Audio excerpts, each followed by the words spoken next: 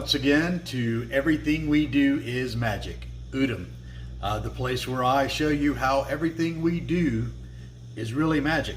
It's all in our mind. Last week, the last video, I talked about using your words, how our words cast spells.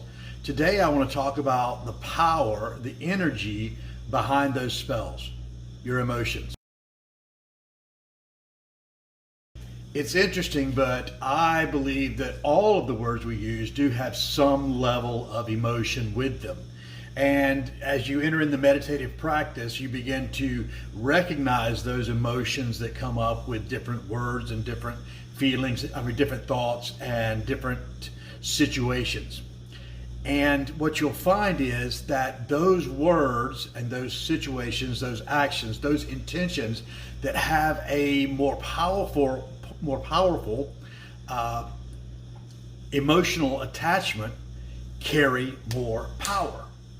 Now, you may think, well, how can I help the emotions? How can I help it that my parents said something to me, and because they're my parents and I trust them and the love that I have for them, it created some super entangled bonds within me that I'm having a hard time finding my way out of. It's just like everything else. You choose the emotions you're going to feel. Choose your emotions, you ask? How can I choose how I feel? I can't help it. She broke up with me. My heart is broken. How else am I supposed to feel? Well, you know what ends up happening is when you go in that direction, the universe continues to pull you in that direction because it believes that that's where you want to go. That's where you've set your intention. I've set my intention on being heartbroken. I'm not diminishing the feelings, I'm diminishing the emotions with those feelings. The emotions are the decisions we make based on what we feel. I go back to my sigil work and even my servitor work. And whenever I'm charging a sigil, one of the things that I will do is take the emotion, take the feeling of whatever the negative is of the sigil, whatever the opposite is of that sigil, whatever the desire is that's creating this negative feeling, and I embrace the fullness of that. And then at some point during my ritual, I will convert that to and swing that pendulum back in the direction of the positive thought, that of, as Neville Goddard says, the acting from as if, the acting from already attaining it, the feeling of I already have it.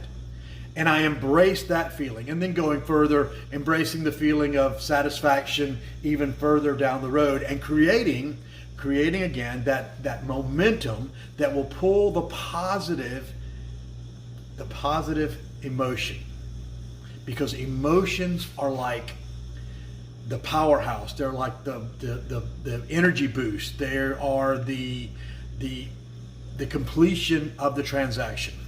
That's why in the grimoire, the Bible grimoire, Adam was given everything in the garden, right? So that's kind of like all his physical needs were met. And that's kind of like an animalistic existence. But there was one tree he was forbidden to eat of, and that was a tree of good and evil. That was a tree where he would judge whatever happened to be either good or evil, which had an emotional context to it. Now, I'm not saying that what happened to you is not bad. It's not. It hasn't hurt you. It didn't scar you. But what are you going to do with that? Are you going to carry that emotional baggage forward in this never-ending spiral? And it's happened. It's how it happens with things like PTSD. It's what happens it's why people stay in abusive relationships. It's why people will go on diet after diet and still never get to be the picture of health that they desire to be, is because their actions and their words carry the negative intention.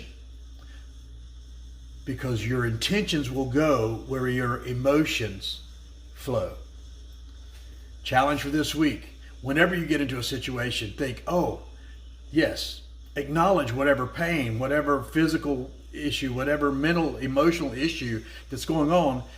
But I choose to accept this. I choose to believe that this is happening for my benefit.